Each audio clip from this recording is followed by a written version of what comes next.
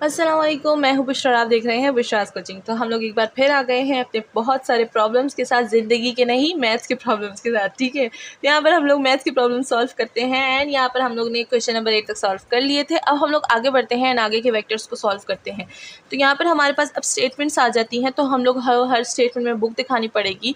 तो यहाँ पर आप देख लेते हैं, हमारे पास मैं शुरू में ही सारे स्टेटमेंट्स दिखा दूँगी। ठीक है, क्योंकि फिर बार बार को बुक को यूँ लाना काफ़ी प्रॉब्लमेटिक हो जाता है। ठीक है, तो यहाँ पर हम लोग देख रहे हैं स्टेटमेंट में हमारे पास 9 से 16 तक स्टेटमेंट्स गिवन है। तो हम लोग स्टेटमेंट वाले क्वेश्चंस को सॉल्व करेंगे। यहाँ पर है vector P and Q, where P हमारे पास ये है एंड क्यू हमारे पास ये है। ठीक है, तो हम लोग को यहाँ पर दो वेक्टर्स गिवन है। जब भी दो वेक्टर्स गिवन होते हैं और कुछ भी नहीं गिवन होता तो हम लोग क्या करते हैं, उन वेक्टर्स को फाइंड करते हैं। तो यहाँ पर हम लोग ने वेक्टर को फाइंड करना है एंड देन क्वेश्चन नंबर 10 जो है इसमें हमारे पास गिवन है the vector O P, where O is the origin and P is the mid point of segment R S. Segment की बात आ गई है तो देख लें, हमारे पास ये वाला फार्मूला यूज़ होगा। ठीक है, और हम लोग के पास आ गई है जहाँ पर आर और एस दोनों वेक्टर्स गिवन है। फिर हमारे पास क्वेश्चन नंबर 11 में बोलते हैं the vector from point A to the origin. ठीक है, क्वेश्चन नंबर 12 में बोलते हैं the sum of A and B and C and D, where A B C and D हमें गिवन है। ठीक है, तो यहाँ पर हम लोग के पास क्वेश्चन नंबर 13 भी आ चुका है जहाँ हमें गिवन है the unit vector that makes an angle theta is equal to 2π/3 with the positive x axis. फिर हमें गिवन है the unit vector that makes angle -π/3 -π/4 with the positive x axis.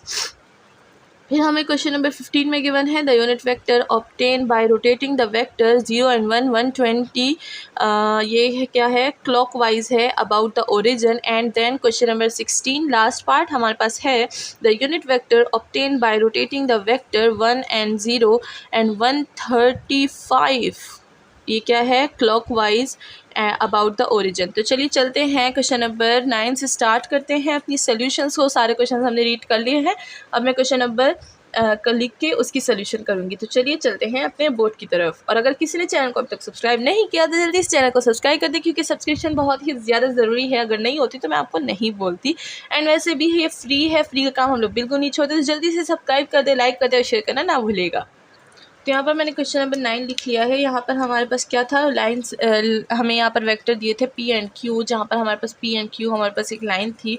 तो चलिए यहाँ पर हम लोग पी एंड क्यू को सॉल्व करते हैं। अब देखिए पी जैसे कि हमारे पास क्या है, एक्स, ये हमारे पास हो जाएगा x1 एंड ये हो जाएगा हमारे पास y1 एंड जो Q है वो हमारे पास हो जाएगा x2 एंड ये हो जाएगा हमारे पास y2। ठीक है, तो यहाँ पर हम लोग क्या कर देंगे, x2 माइनस x1। ठीक है, यहाँ पर x1 एंड यहाँ पर हम लोग लिख देंगे कि हमारे पास है y2 माइनस y1। ठीक है, तो यहाँ पर अगर आप देखें, मैं यहाँ पर ऊपर वैल्यूज़ भी लिख देती हूँ। ये है 1 एंड ये है 3 एंड फिर ये है हमारे पास q की वैल्यू 2 एंड -1।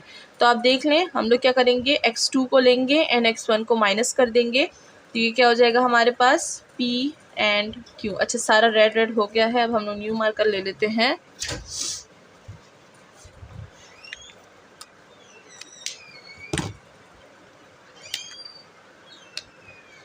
तो ये हमारे पास P एंड Q जो है ये कुछ इस तरह से फॉर्म हो जाएगा।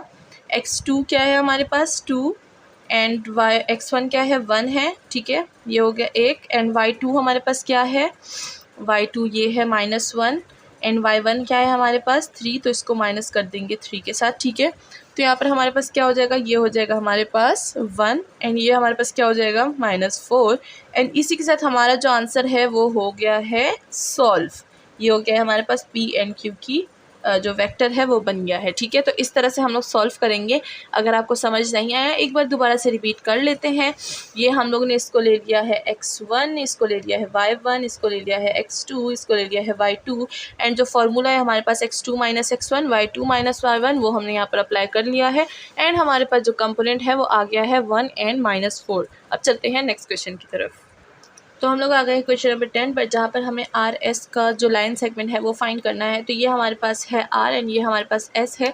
तो इसको मैं यहाँ पर लिख देती हूँ, ये x1 है, ये y1 है, ये x2 है एंड ये y2 है। ठीक है, तो यहाँ पर जैसे कि हमें मिड पॉइंट का फॉर्मूला पता है जो कि है हमारे पास x1 plus x2 divided by 2 है, ठीक है। एंड फिर हमारे पास y2 यहाँ पर है y1 प्लस y2, यहाँ पर मैंने 2 नहीं लिखा, डिवाइडेड बाई 2। एंड फिर है हमारे पास z1 plus z2 divided by 2, ठीक है। लाइन सेगमेंट का फॉर्मूला ये है, तो हम लोग इसी को यहाँ पर यूज़ करेंगे। तो यहाँ पर हमारे पास क्या हो जाएगा, ये हमारे पास x1 है तो ये हो जाएगा 2 प्लस ये क्या हो जाएगा -4 डिवाइडेड बाई 2, ठीक है।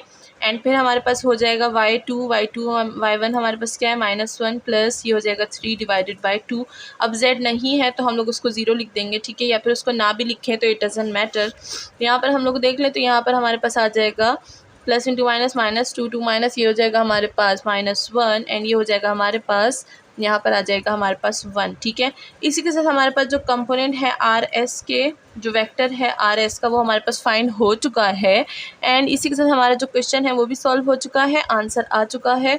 होप कि आपको समझ आ गई होगी हमने किस तरह से फॉर्मूला पुट किया है। अब चलते हैं नेक्स्ट क्वेश्चन की तरफ। तो यहाँ पर हम लोग आ गए हैं क्वेश्चन नंबर 11 पर, जहाँ पर हमें ए बी सी और डी की वैल्यू गिवन थी एंड हमें बोला गया है ए और बी और सी और डी का सम फाइंड करना है। तो चलिए चलते हैं, सबसे पहले फाइंड करते हैं ए और बी का सम। तो यहाँ पर हमारे पास आ गया है ए और बी। तो अगर देखें ये हमारे पास है x1 एंड ये है y1 एंड ये है x2 एंड ये है y2, ठीक है। तो यहाँ पर हमारे पास हो जाएगा x2 माइनस x1, ठीक है, y2 माइनस y1 के पास ऑलरेडी एक माइनस है तो ये हमारे पास हो जाएगा, ठीक है। अब इसको आगे सॉल्व करेंगे तो ये हमारे पास क्या हो जाएगा 1 एंड ये हमारे पास क्या हो जाएगा, ये भी हमारे पास हो जाएगा 1, क्योंकि प्लस था, माइनस माइनस से प्लस हो जाएगा तो ये हमारे पास 1 आ गए हैं। एंड अगर हम लोग बात करें सी और डी की, तो सी और डी को देखें, यहाँ पर x1 x2 हमने यूज़ कर लिया। अब ये हम लोग देखेंगे x3 एंड ये लिखेंगे। चलिए इसके लिए भी हम लोग x1 x2 यूज़ करते हैं, वैसे भी ये एग्जाम्पल है। तो ये x1 हो जाएगा, ये x2 हो जाएगा, ये y1 हो जाएगा एंड ये y2 हो जाएगा, ठीक है। तो हम लोग कर देंगे x2 माइनस x1, ठीक है। एंड फिर हम लोग y2 को ले लेंगे जो कि 2 है एंड माइनस y1 यानी 3 को कर देंगे, ठीक है। इससे हमारे पास जो आंसर आ जाएगा दैट विल बी, यहाँ से आ जाएगा -1 एंड यहाँ से भी आ जाएगा हमारे पास -1।